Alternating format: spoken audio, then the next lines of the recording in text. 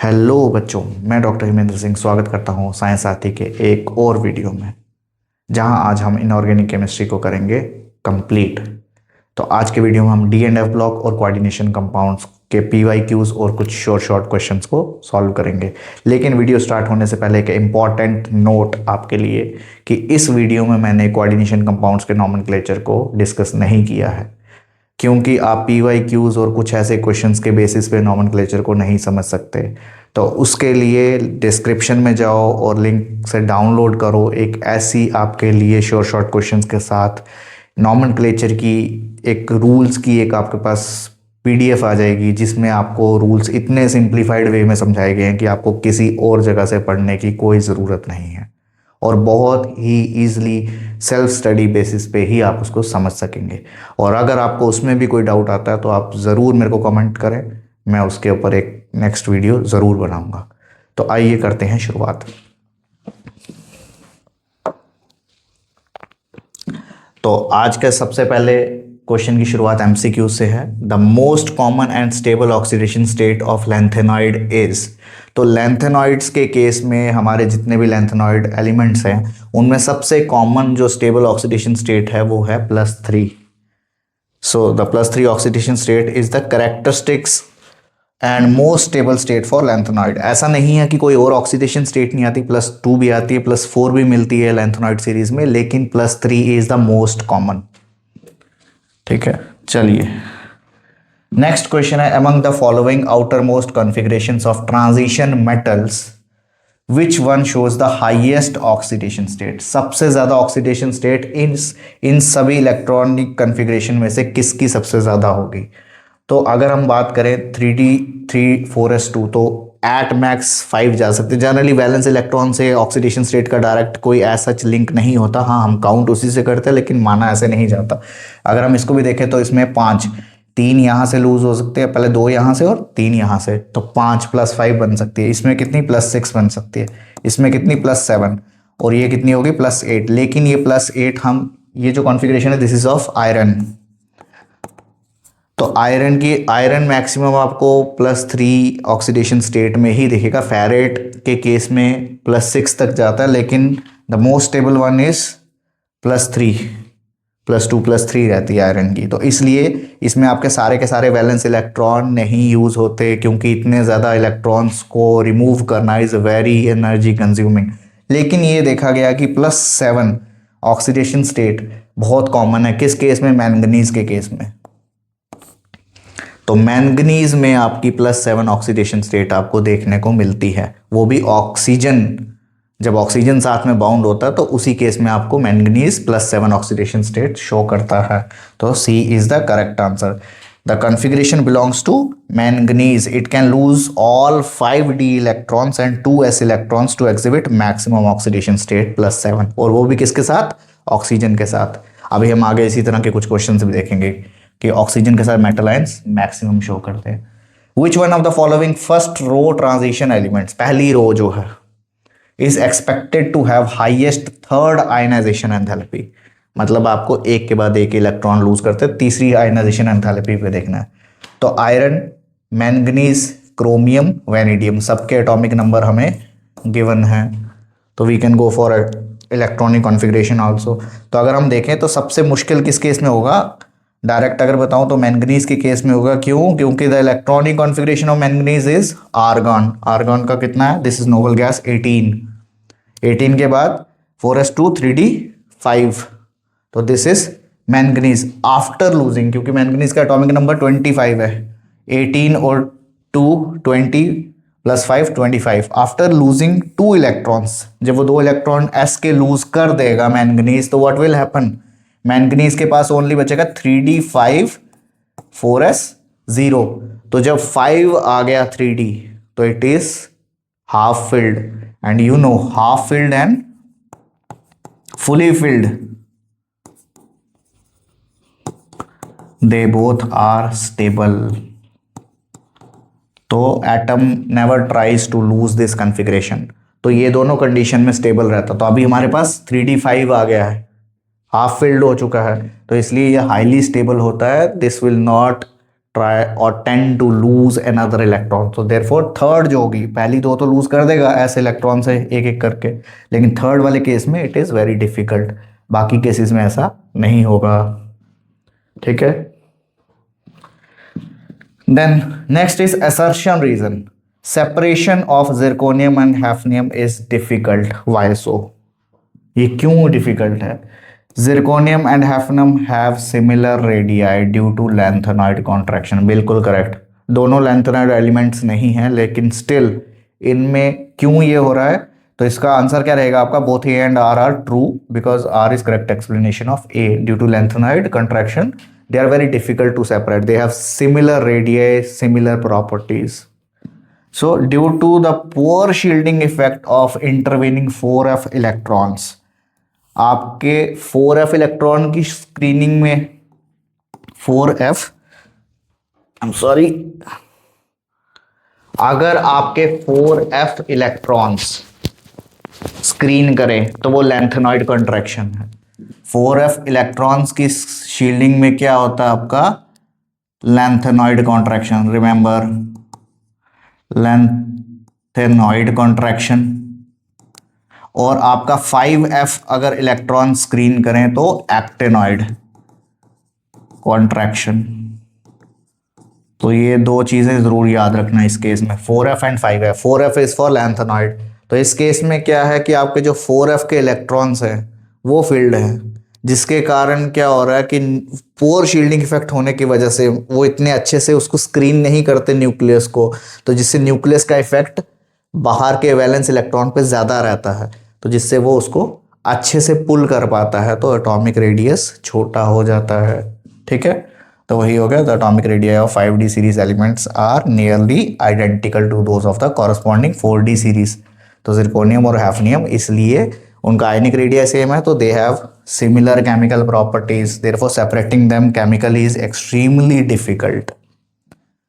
चलिए next question, E not standard reduction value of Mn3 positive and Mn2 positive, मतलब manganese की बात हो रही है, couple is highly positive.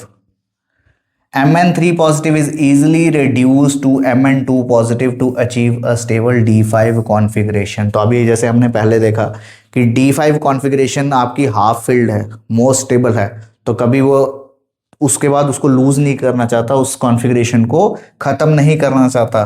तो Mn3 पॉजिटिव में आपके पास D4 है, और जब ये एक इलेक्ट्रॉन गेन करेगा it will be converted into Mn2 positive which is D5।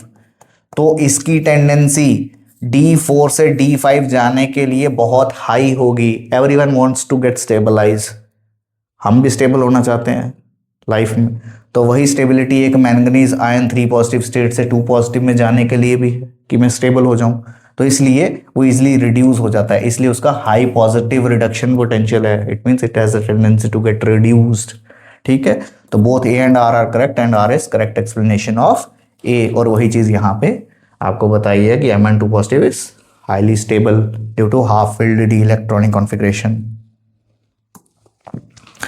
Then zinc is not regarded as transition element, बहुत इंपॉर्टेंट बड़ा कॉमन क्वेश्चन है आपके डी ब्लॉक में कि why zinc is not categorised as transition element. In zinc, 3d orbitals are completely filled in its ground state as well as in its oxidized state. तो zinc जो है इसमें क्या रहता है? आर्गन 3d10 4s2, तो ये कॉन्फ़िगरेशन है जिंक की। तो जिंक अपनी ओरिजिनल स्टेट में भी d10 कॉन्फ़िगरेशन पूरी रखता है। तो ट्रांजिशन एलिमेंट्स की डेफिनेशन क्या है?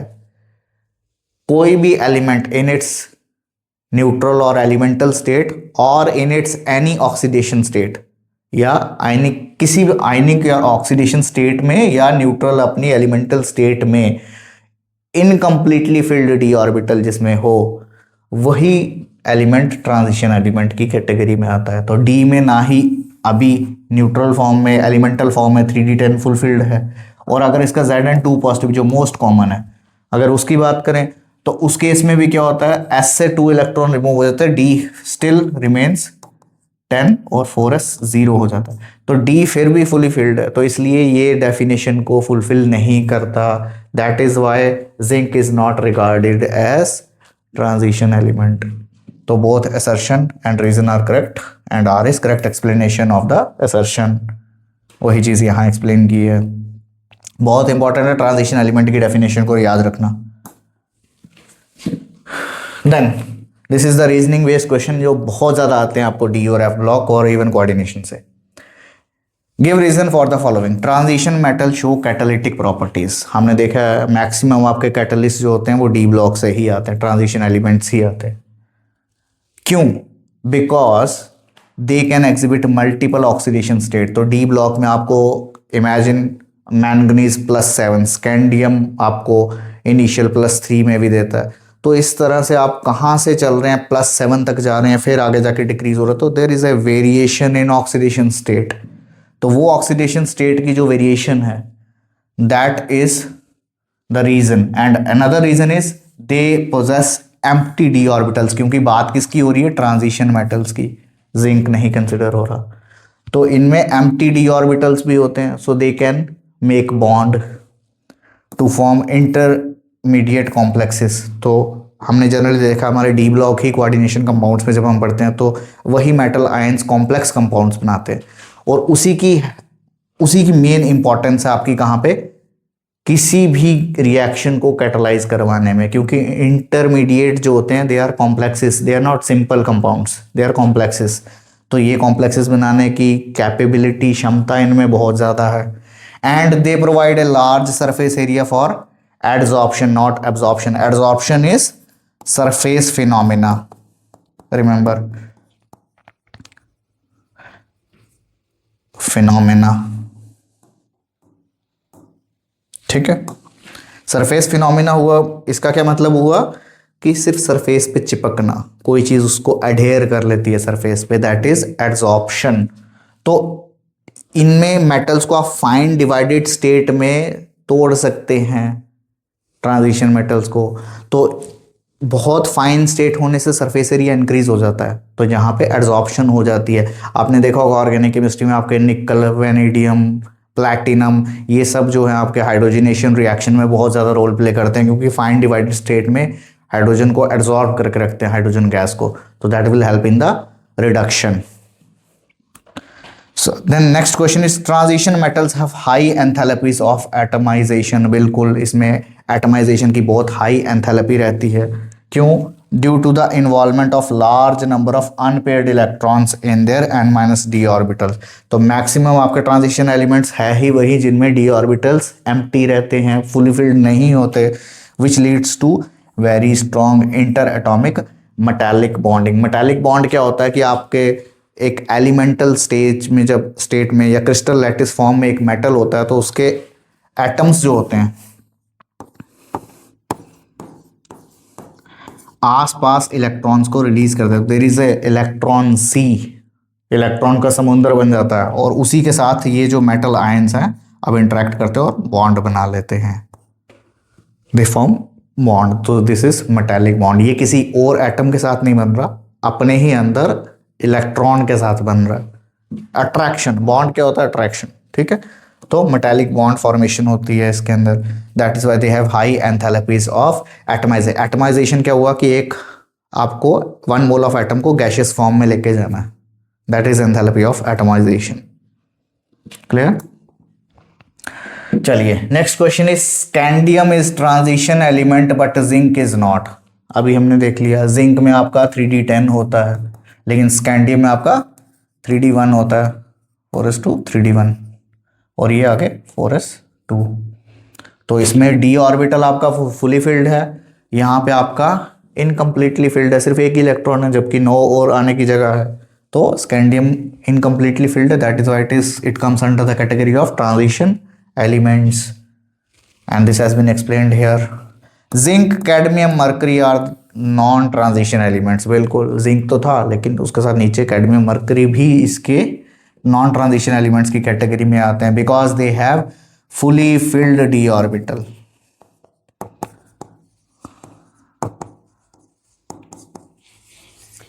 तो क्या होता है 3d10, 4d10, 5d10, इस तरह से रहती है कॉन्फ़िगरेशन।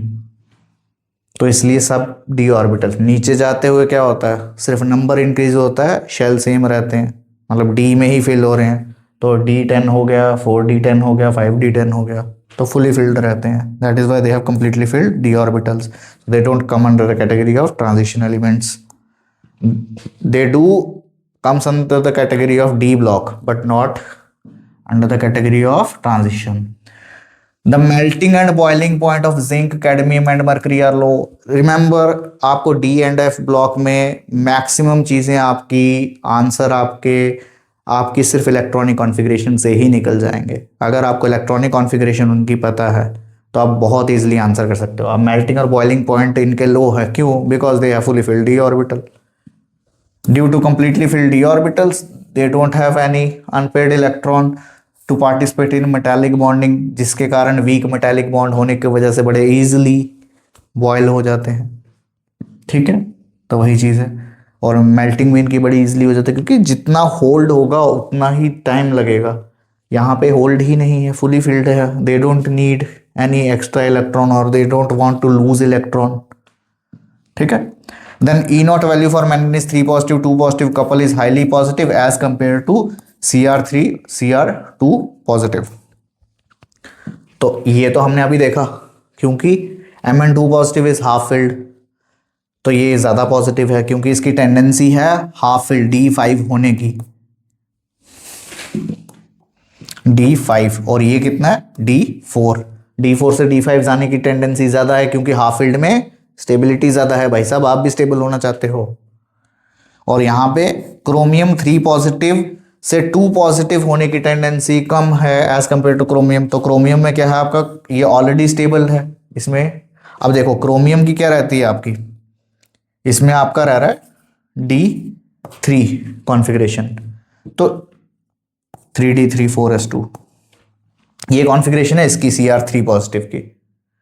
अब क्रोमियम की ये कॉन्फ़िगरेशन होने से भी हम इसको स्टेबल क्यों मान रहे हैं? बिकॉज अब D3 को हम इस तरह से एक्सप्लेन नहीं कर सकते, we need to use crystal field splitting, CFSE energy के बेसिस पे क्रिस्टल फील्ड स्प्लिटिंग एनर्जी। तो इस केस में क्या होता है, D ऑर्बिटल जो होता है आपका दो में ब्रेक होता है, T2G और EG। EG के 2 होते हैं ऑर्बिटल एंड T2G के 3 होते हैं ऑर्बिटल। अब क्या होता है, ये 3 electrons they occupy singly in T2G orbitals. तो अब T2G ऑर्बिटल जो है हाफ फिल्ड हो चुका है, तो हाफ फिल्ड होने की वजह से इट इज स्टेबल। अगर ऐसे हम देखें 3D3 तो ये स्टेबल नहीं है, definitely 3D5 is more stable. तो इसका आंसर है क्रिस्टल फील्ड स्प्लिटिंग थ्योरी से। तो अगर हम क्रिस्टल फील्ड स्प्लिटिंग थ्योरी की बात करें तो T2G जो है आपका वो हाफ फिल्ड हो चुका है। EG is still empty but T2G is half field. तो हाफ फिल्ड किसी भी स्टेट में हो, कभी भी एक एटम एक आयन उसको चेंज नहीं होने देगा, it will always be there in that particular state. ठीक है, तो इसलिए chromium 3 positive is already stable, तो वो 2 पॉजिटिव में क्यों जाएगा? वो यहां से एक और इलेक्ट्रॉन लेके यहाँ पे पेयरिंग या ऊपर अगर बेस्ड ऑन द लिगेंड किस तरह से है, वीक फील्ड लिगेंड है स्ट्रॉन्ग फील्ड लिगेंड है, वो क्यों एक्सेप्ट करेगा? तो इसलिए इसके चांसेस कम है। Then cerium 4 positive in aqueous solution is a good oxidising agent. क्यों? Because +3 oxidation state is more stable for lanthanoids. हमने देखा लैंथोनाइड्स में आपकी सबसे स्टेबल ऑक्सीडेशन स्टेट क्या है, +3। लेकिन Ce4 positive readily gains electron to attain the stable Ce3 state in aqueous solution. Aqueous solution में क्या करता है, फटाफट इलेक्ट्रॉन को गेन करता है। वही साहब, मेरे को उसी स्टेट में आना है, तो Ce3 पॉजिटिव बन जाता है क्योंकि मैक्सिमम की स्टेबल है। ऐसा नहीं है कि 4 पॉजिटिव एग्जिस्ट नहीं करती, करती है, लेकिन मोस्ट स्टेबल कौन सी है, 3 पॉजिटिव, तो उसमें भागता है ये फटाफट। ठीक है, और वीडियो को अभी तक लाइक शेयर नहीं किया तो भैया कर दो। ठीक है, सब्सक्राइब भी करना। The actinoid contraction is greater from element to element than lanthanoid contraction. बिल्कुल, इसको और इजी वे में समझाऊं तो लैंथेनॉइड कम गरीब है और एक्टिनॉइड बहुत ज़्यादा गरीब है। अब किस सेंस में? आपका जो लैंथेनॉइड्स हैं, lanthanoids they have 4f orbital and actinoids have 5f orbital. तो 5f की शील्डिंग और स्क्रीनिंग जो होती है बहुत पोअर होती है, poor, I will say very poor, और ये पोअर। तो इसकी पोअर है, उसकी वेरी पोअर है, वो बहुत ज़्यादा गरीब है। जितना ज़्यादा गरीब है तो क्या हो रहा है, न्यूक्लियस का इफेक्ट उतना ही ज़्यादा वैलेंस शेल के इलेक्ट्रॉन पे पड़ रहा है। 5f इलेक्ट्रॉन्स उतने कैपेबल नहीं हैं कि वो वैलेंस शेल को रोक सकें न्यूक्लियस की तरफ अट्रैक्ट होने से। अगर कोई गरीब है तो बेचारा मार खा जाता है, उसको कोई भी दबा लेता है। तो वैसे ही यहाँ पे 5f आपके क्या हैं, poor, they have poor screening effect. तो जिसके कारण वो वैलेंस शेल के इलेक्ट्रॉन को शील्ड नहीं कर पाते, उसको नहीं रोक पाते न्यूक्लियस के पुल से, तो वो ज़्यादा अट्रैक्ट होता है क्योंकि न्यूक्लियर चार्ज बढ़ गया, atomic number increase, nuclear charge increase. अब शील्डिंग कम हो, स्क्रीनिंग कम होने की वजह से क्या हो रहा है, effective nuclear charge on the valence shell will increase, effect nucleus का ज़्यादा हो रहा है, तो जिससे और छोटा होगा। तो that is why actinoid contraction ज़्यादा है, एक्टिनॉइड के जो एटम्स हैं वो ज़्यादा स्मॉल साइज में होते हैं एज कम्पेयर टू लैंथेनाइड के। This is due to poorer shielding effect of 5f electron in actinoid compared to 4f electron in lanthanoids. चलिए नेक्स्ट क्वेश्चन पे। Actinoid show wide range of oxidation states. बिल्कुल, actinoids में क्या है कि आपके 5f और 6d और 7s इनकी एनर्जी लेवल लगभग सेम रहता है। अगर आप बोलोगे कि एनर्जी लेवल कैसे सेम है, तो आप इसको, बहुत बेसिक है but we don't use that, N+L rule. तो इस रूल के अकॉर्डिंग आप देखोगे तो इसका कितना आएगा, F is S0P1D2F3, 5 + 3 that is 8, this is 6 + 2 that is 8 energy level इसका, क्योंकि D को हम L वैल्यू क्या है इसकी, azimuthal quantum number that is 2 for D, N is primary principal quantum number, and N 7s का क्या होगा आपका, दैट इज 7 + 0 दैट इज 7। तो 7 8 8 ऑलमोस्ट सिमिलर, बट आप बोलोगे सर स्टिल 7 है तो डिफरेंस तो है ही है, लेकिन इसको सिर्फ इसकी यही चीज़ नहीं होती, इसमें स्पिन ऑर्बिटल कपलिंग भी होता है and there is relativistic energy वाला कॉन्सेप्ट भी इसमें लगता है, जो थोड़ा अभी इस सिलेबस में नहीं है हमारे। ये सब को यूज़ करके ही हम एक्टिनॉइड्स की इस वेरियस ऑक्सीडेशन स्टेट्स को एक्सप्लेन कर पाते हैं। तो इन सब के कारण, क्योंकि ये 5f 60 और 7s अभी समझने के लिए ये रखो, 5f 60 एंड 7s की एनर्जी सेम है ऑलमोस्ट, तो सब इलेक्ट्रॉन बड़े इजीली इधर उधर जा सकते हैं, बॉन्ड बना सकते हैं, लूज कर सकते हैं, ठीक है। Have comparable energies allowing electrons from all 3 subshell to participate in bonding. Bond बनाने में तो आपका डिफरेंट ऑक्सीडेशन स्टेट आएगा, किसी को दोगे किसी से लोगे, है ना। Then of the D4 species, जिनमें D4 इलेक्ट्रॉनिक कॉन्फ़िगरेशन है, Cr2 positive is strongly reducing while Mn3 positive is strongly oxidizing. भाई सब क्यों, अभी हम पीछे देख चुके हैं। Mn3 पॉजिटिव क्या करता है, Mn2 पॉजिटिव में जाने का कोशिश करता है। क्यों करता है, क्योंकि ये D5 है, हाफ फिल्ड है, स्टेबल है, तो क्या करेगा, इलेक्ट्रॉन लेगा। तो किसी से इलेक्ट्रॉन ले रहा है तो दूसरे को ऑक्सीडाइज कर रहा है, ठीक है ना। यहां से जहां से भी इलेक्ट्रॉन लेगा तो दूसरा तो ऑक्सीडाइज हो गया, उससे तो निकल गया। इलेक्ट्रॉन का लॉस इज ऑक्सीडेशन, तो इसने किसी से इलेक्ट्रॉन लिया, तो that is why that particular thing is oxidized, ये रिड्यूस हो गया। लेकिन Cr2 positive is strongly reducing, क्यों, अभी हमने पीछे देखा Cr3 पॉजिटिव जो होता है इसमें क्या होता है, T2G3 रहता है, हाफ फिल्ड होता है, तो it tries to be Cr3 positive.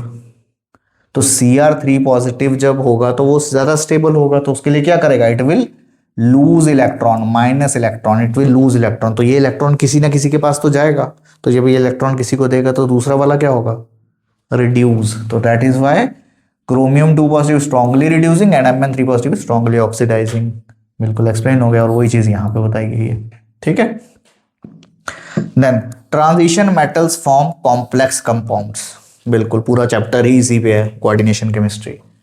Due to their comparatively smaller ionic sizes, high ionic charge and the availability of vacant d orbital to accept the lone pair from the ligands।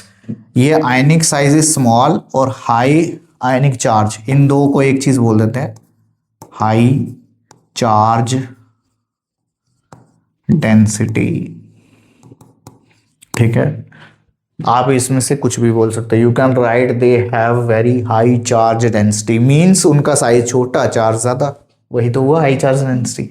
And इनमें क्या रहता है आपके D orbital, क्योंकि देखो याद रखना कहाँ पे क्या बोल रहे हैं, डी ब्लॉक एलिमेंट बोला कि ट्रांजिशन बोला, ट्रांजिशन बोलेंगे तो वेकेंट डी ऑर्बिटल, और डी ब्लॉक बोलेंगे फिर नहीं हम यूज कर सकते, फिर हमें कुछ और रीजन, वो क्वेश्चन डिपेंड करता है वो किस तरह का है। जनरली कॉम्प्लेक्स कंपाउंड तो ट्रांजिशन बनाते हैं, तो वेकेंट डी ऑर्बिटल है तो they can accept lone pair, किसी से भी इलेक्ट्रॉन ले सकते हैं, खाली है तो भर सकते हैं ना, भाई मेरी जेब में पैसा नहीं तो मैं तो मांगूंगा भाई दे दे कहीं से भी, है ना, तो वही है accept lone pair of electrons from ligands. Ligands वो होते हैं जो इलेक्ट्रॉन देते हैं, जैसे आप लाइक शेयर करोगे, मैं आपको बोल रहा हूँ कर दो भैया, है ना, your ligands. Name 2 oxometal anions of 3D series of the transition metals in which the metal exhibits oxidation state equal to its group number। Group number के बराबर के ऑक्सीडेशन स्टेट करने स्टेट दिखाने वाला कौन सा ऐसा ऑक्सोमेटल एनायन है, तो वो है आपका परमैंगनेट आयन। अभी देखा मैंगनीज कितनी करता है +7 और उसका ग्रुप भी कौन सा 7। तो ऑक्सोमेटल क्या होता है याद रखना, जब भी ऑक्सीजन के साथ हो, oxygen plus metal, this is called as oxometal. और एनायन क्या, क्योंकि ऊपर नेगेटिव चार्ज, तो ऑक्सोमेटल एनायन कौन सा है, परमैंगनेट आयन, इसी से तो पोटेशियम परमैंगनेट बनता है। Mn आपकी +7 शो कर रहा है जो कि ग्रुप 7 में है। और डाइक्रोमेट आयन एक और है जो आपका +6 ऑक्सीडेशन स्टेट शो करता है जो ग्रुप 6 में है, this is Cr2O7 dichromate, potassium dichromate बनता है ना। Cu positive ion is unstable in aqueous solution, चलिए देखते हैं क्यों। क्योंकि इसमें डिस्प्रपोर्शनेशन रिएक्शन होता है, नाम इतना बड़ा है मतलब बिल्कुल छोटा है। डिस्प्रपोर्शनेशन वो होता है जिसमें सेम एलिमेंट ऑक्सीडाइज भी होगा और रिड्यूस भी होगा एक ही रिएक्शन में, ऑक्सीडाइज और रिड्यूस सिंगल रिएक्शन, बस ये याद रखना। एक ही रिएक्शन में ऑक्सीडाइज भी होगा और एक ही रिएक्शन में रिड्यूस भी होगा। जैसे देखो यहाँ क्या +1 ऑक्सीडेशन स्टेट से +2 में जा रहा है, तो क्या हुआ, +1 से +2 में जाएगा तो क्या होगा, एक इलेक्ट्रॉन इसने दे दिया तो क्या हो गया ऑक्सीडाइज। और ये क्या कॉपर है, एलिमेंटल स्टेट किसी की भी 0 ऑक्सीडेशन स्टेट होती है, तो यहां क्या हुआ प्लस से यहां पे इलेक्ट्रॉन लिए इसने, रिड्यूस हो गया। तो एक जगह पे ऑक्सीडाइज हो रहा है दूसरी जगह पे रिड्यूस हो रहा है एक ही रिएक्शन के अंदर, तो दिस इज कॉल्ड है डिस्प्रपोर्शनेशन रिएक्शन। तो जब भी इसको पानी में एक्वस मतलब पानी पानी पानी हो गई है ना, कॉपर भी हो गया, तो डिस्प्रपोर्शनेशन रिएक्शन में ये अंडरगोज करता है वाटर के अंदर because of high negative hydration enthalpy of Cu2 positive more than compensates for second ionisation enthalpy. तो सेकंड आयनाइजेशन एंथैल्पी को कंपनसेट करने के Cu2 पॉजिटिव की बहुत negative hydration enthalpy. Hydration enthalpy क्या हुआ, एक और वर्ड आ गया, चलो समझते हैं। हाइड्रेशन एंथैल्पी, गर्मी लग जाती है Cu2 पॉजिटिव को, उसके आसपास पानी आ जाते हैं, तो पानी आ जाएगा जब तो क्या होगा, एनर्जी रिलीज होगा, हाइड्रेशन एंथैल्पी रिलीज होगा, नेगेटिव हाई है बहुत ज़्यादा है, तो Cu2 पॉजिटिव के आसपास वाटर मॉलिक्यूल्स आके इकट्ठा हो जाएं, समझ लो चिपक गए, तो क्या होगा, एनर्जी रिलीज होगी क्योंकि स्टेबिलिटी प्रोवाइड करता है। तो इससे आपका आयन स्टेबलाइज हो जाता है व्हेन एनर्जी इज रिलीज्ड। कोई भी चीज़ में से जब ज़्यादा एनर्जी पे होगा रिलीज हो जाएगा तो स्टेबलाइज होगा। तो कॉपर 2 पॉजिटिव की very high negative hydration energy है, वो एनर्जी रिलीज होती है जब उसके आसपास वाटर के मॉलिक्यूल्स होते हैं, तो वो Cu2 पॉजिटिव में है, इसलिए वो सेकेंड आयनाइजेशन एंथैल्पी पे चला जाता है दूसरा इलेक्ट्रॉन लूज करने के लिए। ठीक है, चलिए। The highest oxidation state is exhibited by oxo anions, अभी पीछे देखा, ऑफ ट्रांजिशन मेटल्स। क्यों भैया? Because oxygen is highly electronegative and it's small size allows it to form strong multiple p pi d pi bonds with transition metals। तो जितने भी आपकी highest oxidation states हैं वो हमेशा ऑक्सीजन के साथ शो होती हैं। क्यों होती है?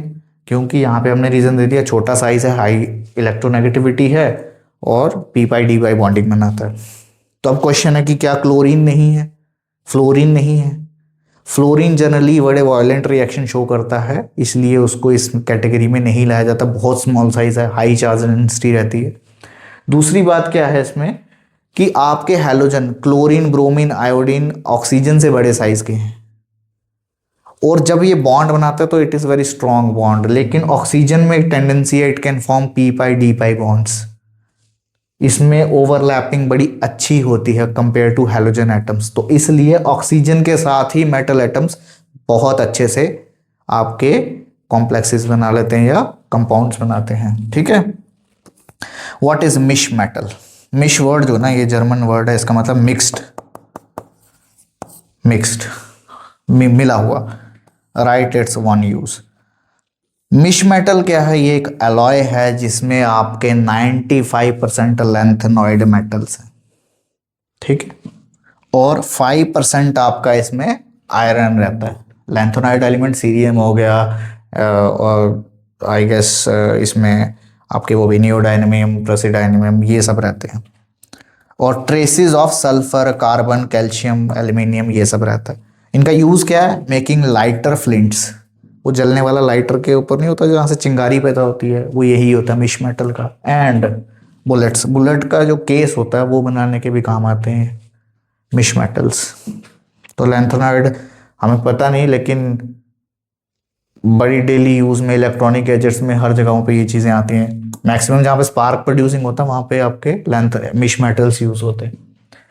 वेन पायरोलुसाइट, और पायरोलुसाइट क्या हो गया आपका? मैंगनीज डाइऑक्साइड, MnO2, ये आपका पायरोलुसाइट ओर है, इज फ्यूज्ड विद KOH। जब आप इसको KOH के साथ फ्यूज करते हो in the presence of oxygen, dark coloured product A is produced, is obtained which changes to purple coloured. पहले एक A चीज बनती है जो आगे कन्वर्ट होती है B में, purple, in acidic medium. Right the formula of A and B। तो इसमें क्या बनेगा आपका? A बन जाएगा आपका, यहाँ पे क्या दिया? पोटाशियम मैंगनेट, K2MnO4, ये बनता है पहले जब बेसिक मीडियम में होता है, और जब इसको एसिडिक मीडियम प्रोवाइड होता है तो it will be converted into KMnO4, yes, potassium permanganate. तो write the ionic equation of the reaction. जब आयनिक इक्वेशन की बात हो तो उसमें हम K पॉजिटिव वगैरह नहीं रखते, हम सीधे मैंगनेट आयन से शुरू करते हैं। तो इसमें क्या होगा? MnO4, हाँ यही है। तो यहाँ पे A तो हो गया आपका पोटाशियम मैंगनेट, KMnO4, और पोटाशियम परमैंगनेट हो गया B। तो MnO4 मैंगनेट आयन जब आपका आयरन 2 पॉजिटिव और 8H पॉजिटिव की प्रेजेंस में रिएक्ट होता है, it will form Mn2 positive plus 5 Fe3 positive plus 4H2O। तो ये हो गया आपका परमैंगनेट की फॉर्म, ये होगी मैंगनेट फॉर्म। क्लियर? चलिए नेक्स्ट क्वेश्चन पे। What happens when manganate ion undergoes disproportionation reaction? याद करो, डिस्प्रोपोर्शनेशन मतलब एक ही रिएक्शन में एक ही एलिमेंट ऑक्सीडाइज भी होगा, रिड्यूस भी होगा। मैंगनेट आयन एसिडिक कंडीशन में MnO4 नेगेटिव, मैंगनेट आयन और मैंगनीज डाइऑक्साइड प्लस वाटर। ऐसे तो पायरोलुसाइट बोलते हैं, लेकिन हर बार पे पायरोलुसाइट नहीं लगाते, वो ओर है, मिनरल ओर फॉर्म में। तो ये आपका दो डिफरेंट ऑक्सीडेशन स्टेट में आ गया। यहाँ पे क्या होगी? दैट विल बी आपका ऑक्सीजन इज -2, 2 × 2 -4, ये +4 हो गया। एंड दिस इज आपकी कितनी होगी? MnO4 में आपकी आ गई +7, करेक्ट, यही है। 8 माइनस इक्वल टू -1, हाँ उधर जाके हाँ +7। तो यहाँ पे आपका +7 और यहाँ पे +4 है, तो यहाँ पे आपका क्या था, यहाँ पे था +6। यस, तो +6 से +7 गया तो क्या हुआ, ऑक्सीडाइज। और यहाँ से +6 से +4 गया तो रिड्यूस हो गया। तो एक ही जगह पे ऑक्सीडेशन भी हो रहा है और रिडक्शन भी हो रहा है। तो this is disproportionation reaction. Then second part, KMnO4 is heated. जब आप इसको हीट करते हो, KMnO4 को हीट करोगे लगभग 200 डिग्री सेल्सियस पे, तो किस में कन्वर्ट हो जाता है, potassium manganate plus MnO2 plus O2। इसी से ये बनता है और इसी को हीट करके ये बन जाता है। ठीक है, तो 200 डिग्री पे करते हैं हम। How do you prepare Na2C2O7 Cr2O7 from Na2CrO4 dichromate and chromate? तो by acidifying sodium chromate solution. तो दिस इज द रिएक्शन। आप सोडियम क्रोमेट को एसिडिफाई कर दो, एसिड डाल दो, तो क्या बन जाएगा, सोडियम डाइक्रोमेट। और अगर यहीं पे सोडियम को रिप्लेस कर दो K से, तो पोटेशियम डाइक्रोमेट हो जाता है। ये आपका रिएक्शन है किसमें, एसिडिक कंडीशन में। तो क्रोमेट से आपका डाइक्रोमेट में कन्वर्ट हो जाता है, याद रखना। ये कुछ ऐसे ही प्रेपरेशन है लास्ट में, KMnO4 K2Cr2O7 इसकी, ये इंपॉर्टेंट है। HCl is not use to acidify KMnO4 solution, give reason. बहुत इंपॉर्टेंट है, आपने स्कूल के प्रैक्टिकल में भी किया होगा कि जब वॉल्यूमेट्रिक टाइट्रेशन होती है, तो इफ़ यू हैव डन, तो KMnO4 को आप जब एसिडिफाई करते हैं तो आप कभी HCl नहीं यूज़ करते हो। क्या करते हो कमेंट करो, वैसे मैं बता ही दूंगा। आप उसकी एसिडिफिकेशन करते हो डाइल्यूट H2SO4 से। HCl डाइल्यूट HCl नहीं करते, क्योंकि क्लोराइड आयन को वो क्लोरीन में कन्वर्ट कर देगा, ऑक्सीडाइज कर देगा क्लोराइड आयन को। Because KMnO4 is a strong oxidizing agent, तो वो उसको ऑक्सीडाइज कर देता है HCl को, Cl नेगेटिव को Cl2 में। दिस कंज्यूम्स मैग्नेट आयन, और जिससे आपकी वॉल्यूमेट्रिक टाइट्रेशन में गड़बड़ हो जाएगी। आपको KMnO4 को यूज करना था किसी और चीज के लिए, और यूज हो गया कहीं और, HCl को यूज कर लिया उसने, उसमें रिएक्शन में यूज हो गया, और आपको करना था किसी और जगह पे। तो इसलिए HCl से नहीं करते उसकी एसिडिफिकेशन, H2SO4 से करते हैं, वो भी डाइल्यूट। और सल्फेट आयन को वो नहीं करता, क्यों? अब क्वेश्चन तो ये भी ना कि सर क्यों H2SO4, व्हाई नॉट HCl? तो सल्फेट आयन जो है ना, इसमें ऑलरेडी सल्फर आपकी +6 ऑक्सीडेशन स्टेट में है, विच इज मैक्सिमम। इससे ऊपर जाएगा ही नहीं भैया, क्या ऑक्सीडाइज करेगा उसको, वो ऑलरेडी अपने बैठा है भैया, हम नहीं होने वाले। और दूसरा, आप नाइट्रिक एसिड भी नहीं यूज करते, क्योंकि nitric acid itself is oxidizing agent, तो आपकी टाइट्रेशन होगी कहाँ से? आपने तो एक और अपना वो डाल दिया, क्या बोलते हैं, ऑक्सीडाइजिंग एजेंट। तो ये भी यूज नहीं होता, आपका HCl भी यूज नहीं होता। क्या होता है यूज? H2SO4, वो भी कैसा, डाइल्यूट, कॉन्सनट्रेटेड इसलिए नहीं कि भैया एकदम उसकी एसिडिटी चेंज हो जाएगी, pH चेंज हो जाएगा। ठीक है, what is meant by चीलेट effect? Give an example. चीलेट जो है ना, ये भी ग्रीक वर्ड चिली से आया, तो उसका मतलब होता है क्रैब, पकड़ना, दोनों तरफ से पकड़ लो। ठीक है ना। तो व्हेन डाई और पॉलीडेंटेट लिगेंड, डाई या बाईडेंटेट भी बोलते हैं, या पॉलीडेंटेट है। अब इसको और आसान भाषा में बताऊँ तो डेंटेट को दांत समझ लेना, 2 दांत वाला, ज़्यादा दांत वाला, तो कहाँ कहाँ से पकड़ेगा, है ना। तो डेंटेट मतलब दांत वाला, तो जिसके बहुत ज़्यादा दांत है वो हर जगह से पकड़ लेगा, ऐसे करके, हाँ। और जिसके 2 दांत है तो वो 2 जगह पे गड़ेंगे, 5 दांत है तो 5 जगह पे, हम जैसे 32 दांत हो तो 32 जगह पे लड़ेंगे, है ना। uses 2 or more donor atoms to bind single central metal ion simultaneously. It form a ring like structure called चीलेट। तो चीलेट क्या हुआ, वो क्रैब लाइक स्ट्रक्चर, जिसमें आपका एक मेटल एटम सेंटर में है, और यहां से आपको जैसे इथाइलिन डायमीन है, और ये, तो अगर आप 2 लगा लेते हो तो इसने 2 जगह से पकड़ा, इसने भी आगे 2 जगह से पकड़ लिया, तो इस तरह से, तो वो होता है आपका चिलेशन। ठीक है, बाकी कुछ नहीं, इससे स्टेबिलिटी मिलती है। जैसे ये है चिलेट, ये इससे ज़रा स्टेबल है। अमोनिया चिलेशन नहीं शो करता, बेचारे के पास नाइट्रोजन ही है डोनर, इसके पास क्या है, इथाइलिन डायमीन के बाद डाई अमीन, 2 अमीन, 2 नाइट्रोजन, 2 जगह से डोनेट कर सकता है। तो इसलिए ज्यादा stable. What is the difference between an ambidentate ligand and bidentate ligand? बहुत इंपॉर्टेंट है, बड़ा बेसिक्स है। एम्बीडेंटेट क्या हुआ?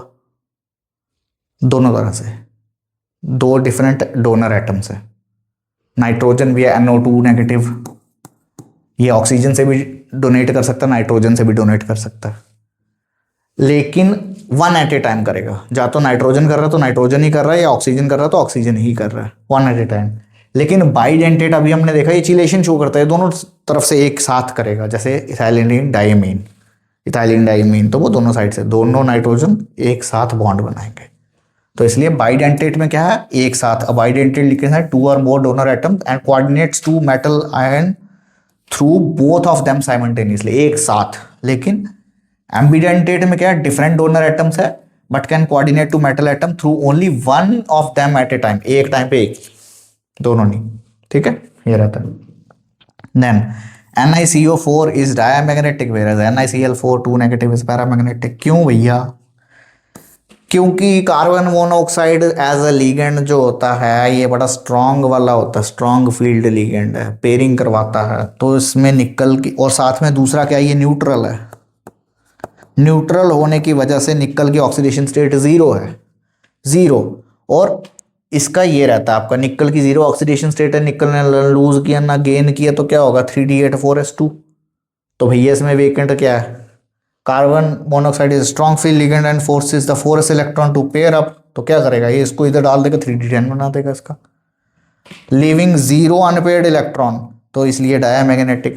अनपेयर्ड इलेक्ट्रॉन तो डायामैग्नेटिक, पेयर्ड इलेक्ट्रॉन तो, सॉरी, अनपेयर्ड इलेक्ट्रॉन तो पैरामैग्नेटिक और पेयर्ड है तो डायामैग्नेटिक।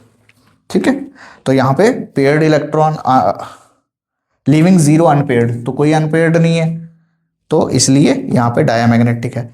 लेकिन NiCl4 2 नेगेटिव में nickel is in +2 oxidation state, whole 2 negative है तो निकल की +2 है। इसको अगर कैलकुलेट करोगे -4 इज इक्वल टू -2, तो 3D8 बनती है आपकी। और क्लोरीन साथ में है क्या? Week field ligand. याद रखना जितने भी हैलोजन है सब वीक फील्ड लिगेंड है। और कार्बन मोनोऑक्साइड Cn नेगेटिव ये सब स्ट्रॉन्ग फील्ड लिगेंड में आते हैं। एंड डज कॉज पेयरिंग, और does not, sorry, and does not cause pairing. Weak field pairing नहीं करते भाई, सब अपनी पकड़ ही नहीं है, टीम को इकट्ठा करके रख ही नहीं सकता वो वीक फील्ड। लेकिन जो स्ट्रॉन्ग फील्ड होते हैं वो पूरी अपनी टीम को पकड़ के रखते हैं, जाने नहीं देते इधर उधर, तो इसलिए वो डायामैग्नेटिक, ये वाले paramagnetic. Leaving two unpaired electron तो पैरामैग्नेटिक। इजी, बहुत इजी तरीके से। The trans isomer of complex this is optically inactive. काहे को भाई? ट्रांस तो जनरली पढ़ते हैं, ऑपोजिट साइड तो एक्टिव होना चाहिए, लेकिन देख लेते हैं। कोबाल्ट, ठीक है, तो इसमें क्या है आपका ट्रांस जो बनेगा, ट्रांस कैसे बनेगा? En2 है तो ये En बन गया आपका, और ऑपोजिट साइड पे है, और यहां पे आपका आ गया क्लोरीन। तो En opposite side, chlorine chlorine opposite side, यही तो ट्रांसफॉर्म होती है। 2 क्लोरीन है 2 En है, इथाइलिन डाइमीन। होल तो नेगेटिव रहेगा, वो पॉजिटिव चार्ज रहेगा, उसको बाद की बात है। लेकिन अब कैसे ये ऑप्टिकली इनएक्टिव है? क्योंकि हम इसकी mirror image, those which have super imposable mirror image there are optically inactive. इसकी सुपर इम्पोजेबल है, आप इसको मिरर में रखोगे तो इसकी जो फोटो बनेगी बिल्कुल सेम ऐसी की ऐसी होगी। लेकिन जो सिस फॉर्म होगी, सिस फॉर्म में क्या होगा? कोबाल्ट आपका एक ही साइड पे En और एक ही साइड पे Cl। अब इसकी जो फोटो बनेगी यहां पे Cl इस तरफ आ जाएगा, क्योंकि लेटरल इन्वर्जन होती है ना 10th का कंसेप्ट, कि आपकी जो मिरर में फोटो बनेगी लेटरल इन्वर्जन, क्लियर मिरर, तो लेफ्ट राइट राइट लेफ्ट हो जाएगा। तो Cl इस तरफ En इस तरफ, तो non super imposable mirror images होंगी। तो cis form is optically active, whereas trans form is optically inactive, क्योंकि इसकी सुपर इम्पोजेबल मिरर इमेज है। चलो नेक्स्ट क्वेश्चन पे। Out of cobalt F6 3 negative and cobalt oxalate ion है 3 3 negative, which complex is more stable? High spin complex. अब भैया high spin complex क्या हो गया वो भी अभी देख लेंगे। कोबाल्ट ऑक्सलेट के साथ मोर स्टेबल है ड्यू टू चीलेट इफेक्ट। भैया ये दोनों जगह से करता है। ऑक्सलेट इज बाइडेंटेट है, दो जगह से करता है। दो कार्बन एटम होते हैं ना, दो ऑक्सीजन होते हैं साथ में, CO negative that is oxalate ion. तो बाइडेंटेट लिगेंड हुआ, ठीक है। इसका ऐसे होता ना, तो भैया बाइडेंटेट लिगेंड ना, दोनों साइड से ऑक्सीजन बॉन्ड बना सकता है, बाइडेंटेट हुआ। लेकिन आपका COF6 जो है वो हाई स्पिन कॉम्प्लेक्स है। हाई स्पिन क्योंकि फ्लोरीन जो है वो यूनिडेंटेट है, तो बेचारा स्टेबल कम होगा। चिलेशन अभी पढ़ा कि वो स्टेबिलिटी प्रोवाइड करता है। फ्लोरीन हाई स्पिन है क्योंकि अभी बताया था वीक फील्ड लिगेंड है, जितने हेलोजनस सब के सब वीक फील्ड। तो वीक फील्ड होने की वजह से क्या है, अनपेयर्ड इलेक्ट्रॉन, तो हाई स्पिन हो जाएंगे। Is high spin because fluorine is a weak field ligand resulting in the small crystal field splitting energy, जो pairing energy, this is pairing energy.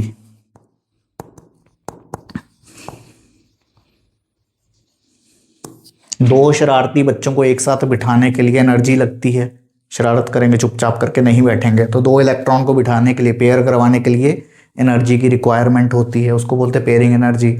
तो वीक फील्ड लिगेंड होने की वजह से splitting इसकी कम रहती है, ज़्यादा स्प्लिट नहीं कर पाता, तो इसका T2G और EG ऑर्बिटल का गैप कम रहता है,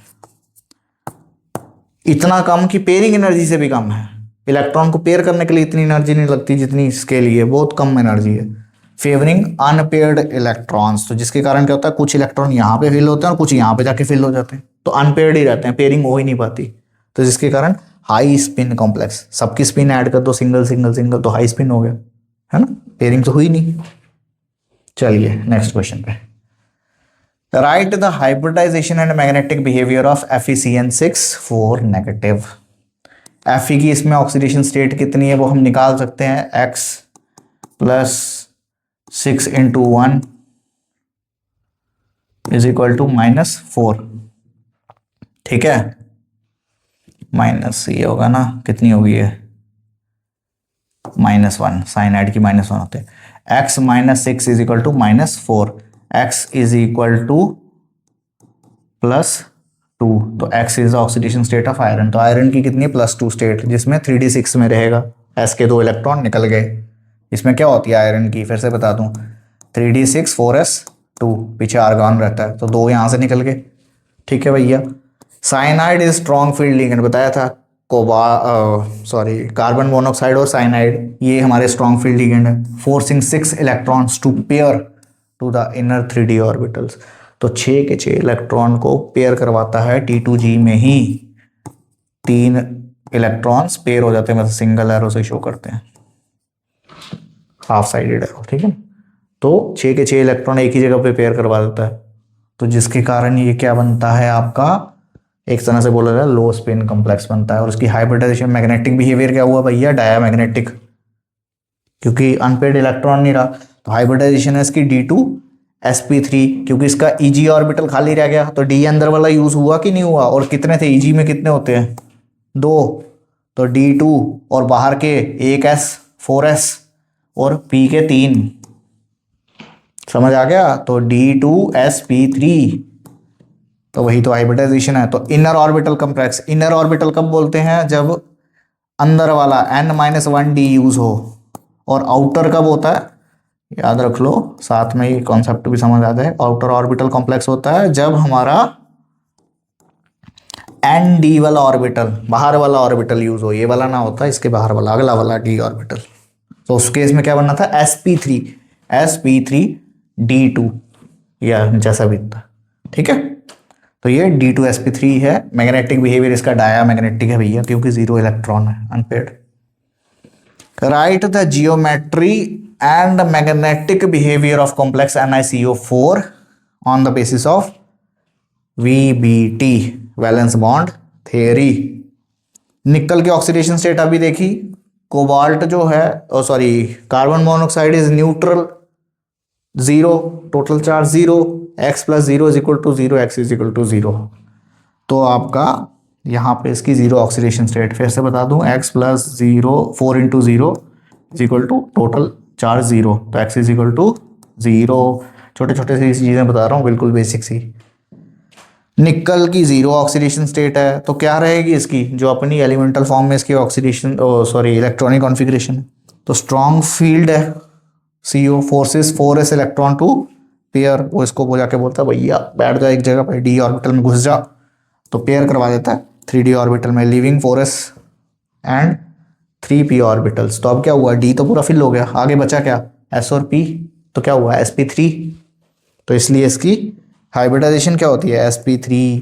ज्योमेट्री क्या हुआ sp3, जहाँ पे भी पढ़ते हैं कार्बन में मिथेन सबसे बेस्ट एग्जांपल क्या होती है, टेट्राहेड्रल sp3, तो वही है टेट्राहेड्रल। मैग्नेटिक बिहेवियर डायामैग्नेटिक, क्योंकि 3d10 हो गया, सारे पेयर हो गए, डायामैग्नेटिक है।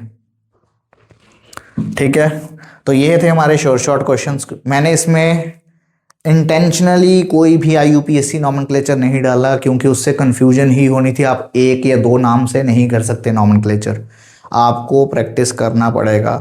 और अभी भी अगर आपको करना है तो कम से कम भी 1 घंटा ज़रूर दो उस नॉमेनक्लेचर को। तो जो मैं आपको डिस्क्रिप्शन में PDF प्रोवाइड करूँगा, उसमें आपको बहुत ईजी वे में फार्मूला, उसके रूल्स, पूरे सेट ऑफ रूल्स जो IUPAC के कोऑर्डिनेशन के, बहुत इजी तरीके से दिए होंगे, क्योंकि मैक्सिमम आपने बुक्स में देखा होगा कि दिमाग के ऊपर से जाता है। बहुत इजी है, एक बार ट्राई करके देखो, और नहीं आता तो फिर पूछना, आई एम श्योर आपको बहुत इजीली आ जाएगा। चलिए कुछ शॉर्ट क्वेश्चंस करते हैं। ये थोड़े अलग तरीके से बनाए हैं कि थोड़ा सा दिमाग भी खुले। ए केमिस्ट, बड़े इजी हैं। A chemist analysing the oxidation states of various transition metals. ठीक है भाई साहब। इन एन एक्वस मीडियम, पानी में ये ऑक्सीडेशन स्टेट देख रहा था डिफरेंट एलिमेंट्स की, ट्रांजिशन मेटल्स की। Which of the following ion is most likely to act as a strong reducing agent, कौन सा वाला होगा, by undergoing oxidation to achieve more half filled d orbital configuration. तो भैया वो तो हमने देख ही लिया, आपका Mn3 पॉजिटिव तो आपका क्या है, वो Mn2 पॉजिटिव बनेगा, तो इसलिए स्ट्रॉन्ग रिड्यूसिंग एजेंट तो नहीं होगा। तो क्रोमियम आपका होगा Cr2, Fe3 भी नहीं होगा, टाइटेनियम भी नहीं होगा डेफिनेटली। तो Cr2 पॉजिटिव है, क्योंकि D4 कॉन्फ़िगरेशन है। It rarely loses electron to become Cr3 positive, T2G3 configuration को अटेन करेगा ये, क्योंकि स्ट्रॉन्ग रिड्यूसिंग, यहाँ पे तो रिड्यूसिंग नहीं हो रहा ना, Mn2 पॉजिटिव में जाएगा तो क्या करेगा, इलेक्ट्रॉन को गेन करेगा, ऑक्सीडाइज हो जाएगा। तो ये कंडीशन आपकी क्रोमियम वाली जो है, इसमें हाफ फिल्ड होगा, तो मतलब इसको इलेक्ट्रॉन चाहिए, तो सॉरी ये इलेक्ट्रॉन देगा, ये इलेक्ट्रॉन देगा। तो जब ये इलेक्ट्रॉन देगा तो ये क्या बन जाएगा, Cr3 positive which has high stability, half filled, T2G3 configuration. अभी हमने पहले ही पढ़ा एक्वस मीडियम में। Mn3 पॉजिटिव जो होगा, इसकी भी D4 है, लेकिन ये क्या करेगा, ये गेन करेगा D5 के लिए, Mn2 positive making oxidising agent, पहले ही पढ़ चुके हैं हम। ठीक है, चलो भैया अगले क्वेश्चन पे। During a demonstration a teacher adds an alkaline solution to a bright orange solution। क्या बात है, इसने कोई बेसिक सोल्यूशन ऐड कर दिया, एक ब्राइट ऑरेंज सोल्यूशन। केमिस्ट्री में यही तो मजा है, रंग कोई तो बदलना। Of a transition metal compound, ये भी बता दिया कि ट्रांजिशन मेटल कंपाउंड था कोई ऑरेंज कलर का। ठीक है, causing it to turn yellow, orange से येलो हो गया भाई साहब। What is a yellow species formed. ठीक है, CrO2 Cl2 chromyl chloride Cr2O7 2 negative CrO4। ठीक है जी, तो इसकी एक्सप्लेनेशन क्या है आइए समझें। द ऑरेंज डाइक्रोमेट आयन, आपका जो डाइक्रोमेट होता है Cr2O7 2 negative, this is orange in colour.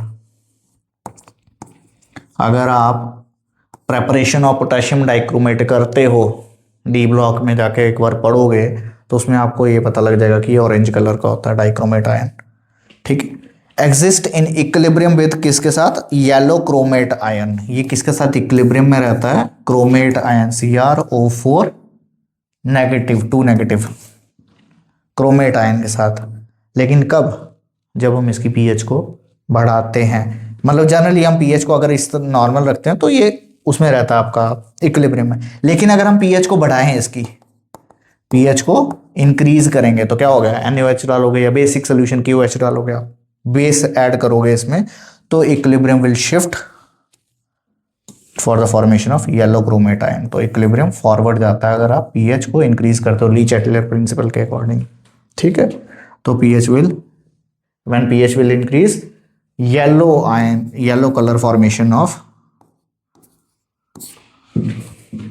CrO4 2 negative takes place, ठीक है भैया। चलिए आपका बन गया क्रोमेट आयन भी।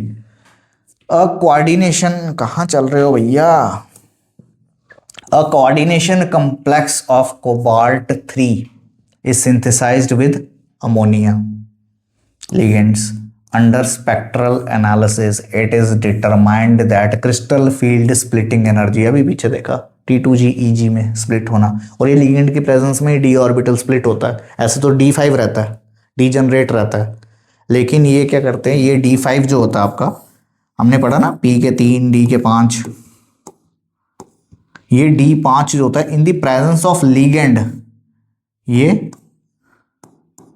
3 और 2 में टूट जाता है, T2G और EG, ये 2 में टूटता है। T2G की एनर्जी कम होती है, EG की एनर्जी ज़्यादा होती है। ऐसे ये डीजनरेट है। जब इस पे कोई लिगेंड, किसी भी मेटल एटम के आसपास कोई लिगेंड नहीं है, तो उसके सारे d orbitals are degenerate. It's like कि आपने मैग्नेट के आसपास लाया तो अट्रैक्ट होंगे, कुछ आयरन नेल्स अट्रैक्ट हो जाएंगे, कुछ रह जाएंगे, तो वही हिसाब है।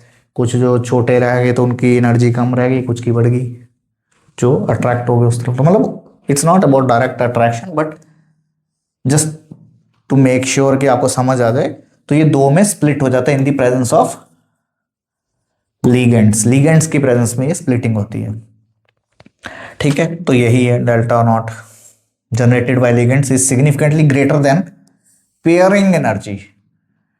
तो पेयरिंग एनर्जी से ज्यादा है आपकी splitting energy. What will be the predicted spin state and electronic configuration in the T2G and EG orbitals? तो भैया आपकी delta not is greater than P, pairing energy से क्रिस्टल फील्ड एनर्जी आपकी बड़ी है। तो इस केस में आपका क्या बनेगा, हाई स्पिन बनेगा? नहीं बन सकता। हाई स्पिन कब होगा, जब ये गैप छोटा होगा, स्प्लिटिंग कम है, ज़्यादा नहीं हुई, तो यहाँ वाले इलेक्ट्रॉन कुछ यहाँ पे फिल हुए, कुछ ऊपर जाके फिल हो गए सिंगली ऑक्यूपाई होके, तो वो चीज़ नहीं हो रही, हाई स्पिन नहीं हो सकता। तो ये तो ऑप्शन गलत हो गया। लो स्पिन, चलो इसको देखते हैं। वैसे हाई स्पिन फिर से गलत हो गया।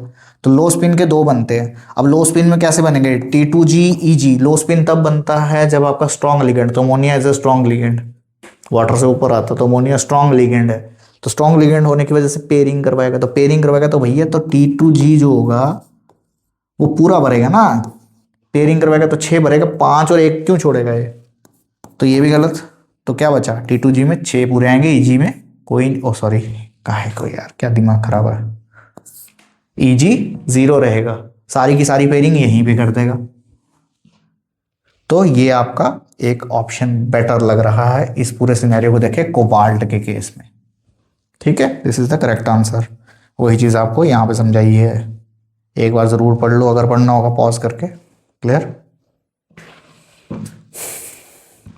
चलो, then is assertion reason type.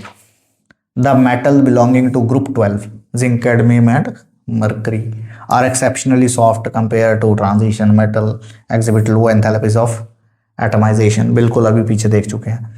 The completely filled n-1 d orbitals, group 12 element prevent the formation of strong covalent metallic bond among the atoms. अभी देखा, क्योंकि इनमें d ऑर्बिटल पूरा फिल्ड है, वही सब अपना पेट भर चुके हैं, इनको और नहीं खाना, तो इसलिए ये बिल्कुल एक्सप्लेनेशन करेक्ट है। डी फील्ड है इसके पूरे के पूरे, तो इसलिए both A and R are correct and R is correct explanation of A. इसलिए तो ये सॉफ्ट है, इनका मेल्टिंग पॉइंट भी लो है, ठीक है ना, और एटमाइजेशन की एनर्जी भी लो है, काम ही नहीं है।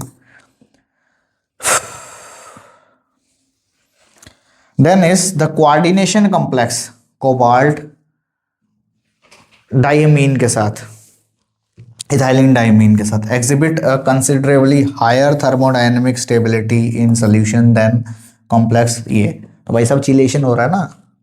इथेन 1,2 डायमीन, जिसको इथाइलिन डायमीन भी बोलते हैं, EN is bidentate ligand that binds multiple sites, multiple क्या, 2 sites, creating high stable stable ring structure around the central metal ion. बिल्कुल दोनों चीजें करेक्ट है, ए ऑप्शन। चिलेशन होगा जितना ज्यादा बाइडेंटेट, ट्राइडेंटेट, पॉलीडेंटेट में जितने ज्यादा बॉन्डिंग उतनी ज्यादा स्टेबिलिटी। भाई साहब ऑलरेडी मेटल एटम को कहीं से इलेक्ट्रॉन चाहिए तो वो ले रहा है, जितने ज्यादा मिलेंगे तो उतना stable. During a laboratory discussion, a student noticed that unlike S block elements, compounds of iron, vanadium and nickel are extensively used as industrial catalyst। बिल्कुल भाई साहब, industrial catalyst यूज होते हैं। However, when observing simple ions, the student notes that copper 1 positive is highly unstable in water, immediately forming a blue solution and metallic precipitate. बिल्कुल अभी हमने पीछे देखा था, एक्वस सॉल्यूशन में कॉपर 1 पॉजिटिव क्या करता है, 2 पॉजिटिव में कन्वर्ट हो जाता है। और मेटालिक प्रेसिपिटेट क्या था, डिस्प्रपोर्शनेशन रिएक्शन। याद नहीं है, भूल गए? कॉपर, ठीक है भैया। तो 2 डिस्प्रपोर्शनेशन रिएक्शन हुआ, एक +2 ऑक्सीडेशन में आ गया और दूसरा 0 में आ गया, ऑक्सीडाइज रिड्यूस हो गया। तो ये जो कॉपर है this will be metallic precipitate, ठीक है। तो इसकी क्या एक्सप्लेनेशन है, इसी की है किसी और की है? इसी की है। अच्छा अभी क्वेश्चन है, explain the 2 primary atomic level reasons for the exceptions of catalytic behaviour of transition metals. अच्छा ये इसका आंसर नहीं है क्या?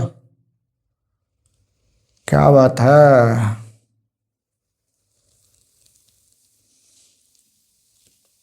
ठीक है। इसका आंसर नहीं है तो इसका आंसर क्या है आपका? इसका आंसर ही नहीं डाला है, क्या बात है। तो इसमें क्या है आपका, कॉपर डिस्प्रपोर्शनेशन रिएक्शन शो करता है एक्वस सॉल्यूशन में, तो किस में कन्वर्ट हो जाता है, Cu2 positive which is blue, और साथ में आपका मेटालिक प्रेसिपिटेट कॉपर मेटल की फॉर्म में मिलता है, ठीक है भाई साहब। अब क्या है इसमें, transition elements 2 primary atomic level reasons देने हैं for the exceptional catalytic behaviour of transition metal. क्यों होते हैं वो अभी हम देख चुके हैं। एक तो वेरिएबल ऑक्सीडेशन स्टेट, दूसरा आप बोल सकते हो इसमें फाइनली डिवाइडेड स्टेट में इसका सरफेस एरिया इंक्रीज हो जाता है, एडसॉर्प्शन होती है, अभी देखा था हमने, ठीक है। तो अनस्टेबल इंटरमीडिएट कंपाउंड फॉर्मेशन होती है, कॉम्प्लेक्सेस फॉर्म कर लेते हैं इंटरमीडिएट जो अनस्टेबल रहते हैं, तो ताकि वो प्रोडक्ट फॉर्म कर सके। स्टेबल बन गया तो भैया खत्म, उधर ही रुक जाएगा, ठीक है। और providing an alternate reaction pathway for lower activation energy.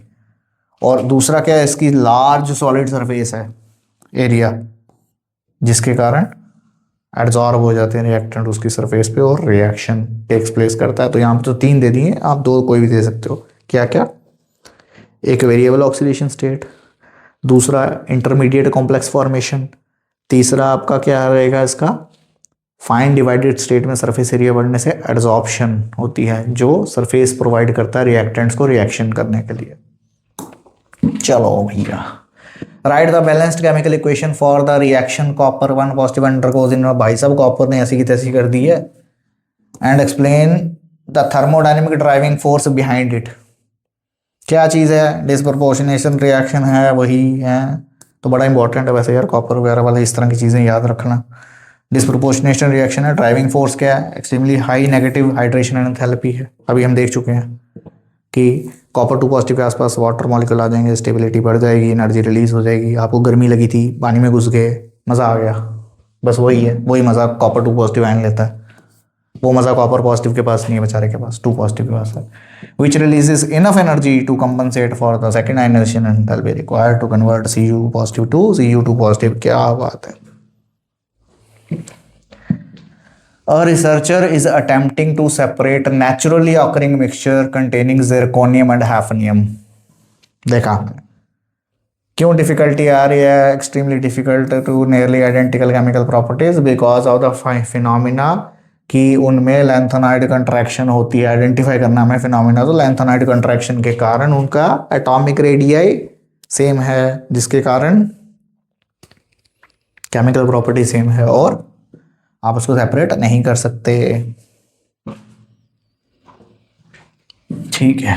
A coordination complex of cobalt 3 positive is synthesized with ammonia ligand under the spectral. ठीक है भाई साहब, वही आ गया आपका, पेयरिंग एनर्जी आ गया। तो इसमें आपका क्या बनेगा, लो स्पिन। ये आई गेस क्वेश्चन रिपीट हो चुका है, ये वही था आपका PYQ वाला ही आई गेस क्वेश्चन, या समथिंग यही का था, मेरे को ध्यान नहीं आ रहा, पीछे देखा है ये। तो इसमें क्या रहेगा, लो स्पिन रहेगा, अमोनिया स्ट्रॉन्ग फील्ड लिगेंड है, पेयरिंग करवा देगा, T2G के पूरे बन जाएंगे, लो स्पिन कम्प्लेक्स बन जाएगा। इसमें आपका ये भी नहीं हो सकता क्योंकि इसमें भी अनपेड है, ये हो नहीं सकता। हाई स्पिन तो तब बनेगा जब वीक फील्ड होगा, ammonia as a strong field, तो ये दोनों कट जाते हैं। यही बचता आंसर, पीछे एक्सप्लेनेशन दे चुका हूँ तो एक बार जरूर जाके देखें।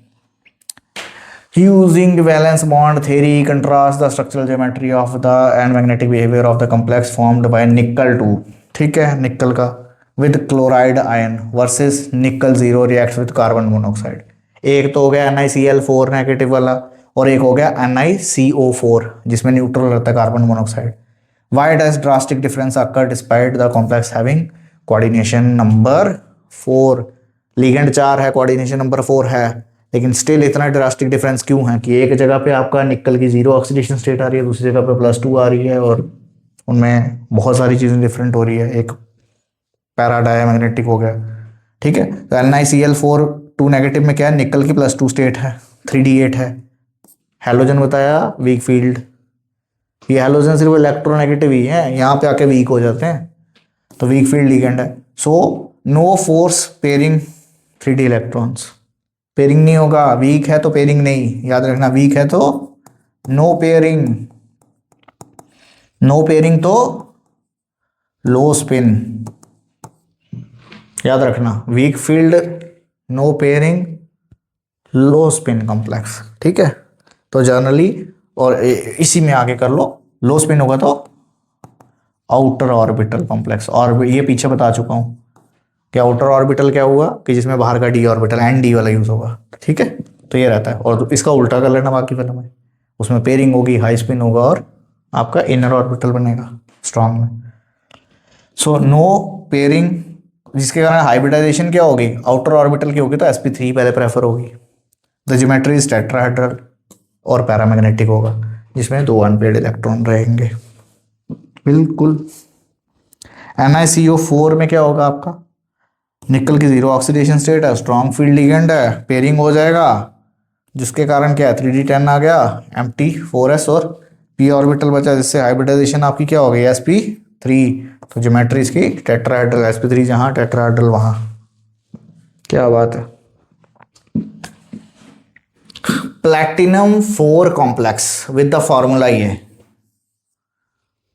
is synthesized in the lab and found to exist in 2 distinct geometrical, ये ज्योमेट्रिकल आइसोमर है सिस ट्रांस, तो ज्योमेट्रिकल का ओरिएंटेशन में मिला, ड्रॉ द ज्योमेट्रिकल आइसोमर्स, तो सिस भी बनाना है, ट्रांस भी बनाना, दोनों चीज़ें बनानी है, तो बना लेते हैं। PT का आपका EN और EN ऐसे कर लेते हैं, ठीक है, बटरफ्लाई स्ट्रक्चर बनता है, Cl, this is cis isomer.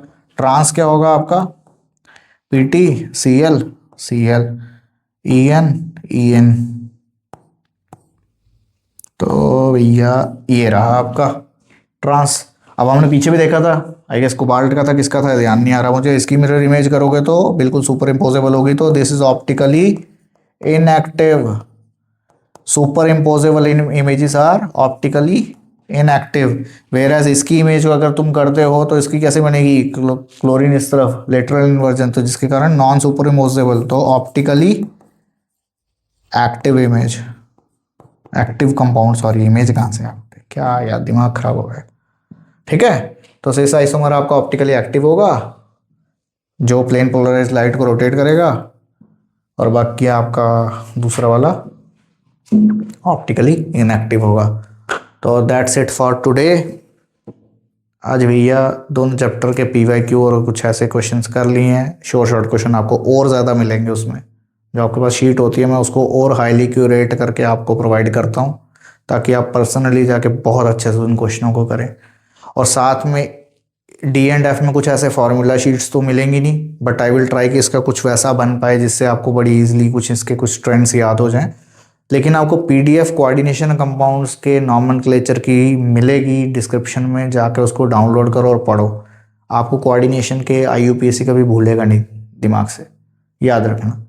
तो जाओ इसको बड़े अच्छे से करो, और ऑर्गेनिक आई विल ट्राई कि 1 से 2 दिन के अंदर बहुत जल्द, अब मैं वीडियो आज बना रहा हूँ, अपलोड कर लोगी तो डेफिनेटली बहुत जल्द आपको ऑर्गेनिक मिलेगी, और ऑर्गेनिक आई विल ट्राई कि मैं पूरी की पूरी कवर करूँ। जिसमें सिर्फ PYQs के बेसिस पे नहीं, कुछ ऐसी कन्वर्जन्स करेंगे जो बहुत कॉमन है और वो आती है, तो हम समझेंगे ऑर्गेनिक को। ऑर्गेनिक के PYQ जितने मर्जी कर लो, याद नहीं होगा। इनके PYQs में हमें कुछ ऐसी चीज़ें, ट्रेंड्स पता लग जाते हैं। ऑर्गेनिक वैसे ही नहीं है, ऑर्गेनिक की साइंस डिफरेंट है, ये सब्जेक्ट ही अलग है। तो ऑर्गेनिक में भैया बड़े बड़े चक्कर आ जाते हैं। तो इसलिए ऑर्गेनिक को हम कुछ इस तरह से करें कि लास्ट के 1-2 दिन के अंदर हमें ऑर्गेनिक कुछ ऐसी क्लिक हो जाए कि हम उसमें से मैक्सिमम मार्क्स स्कोर कर सकें। ठीक है, तो मिलते हैं अगली वीडियो में। बहुत जल्द आपके पास ऑर्गेनिक की वीडियो लेके आ रहा हूँ। तो तब तक के लिए इसको, वीडियो को पूरा देखो, लाइक करो, शेयर करो, सब्सक्राइब करो, कमेंट भी कर दिया करो भैया, है ना। कुछ नहीं करते, but still you are loving, I love you guys, and stay motivated. All the very best. Bye bye.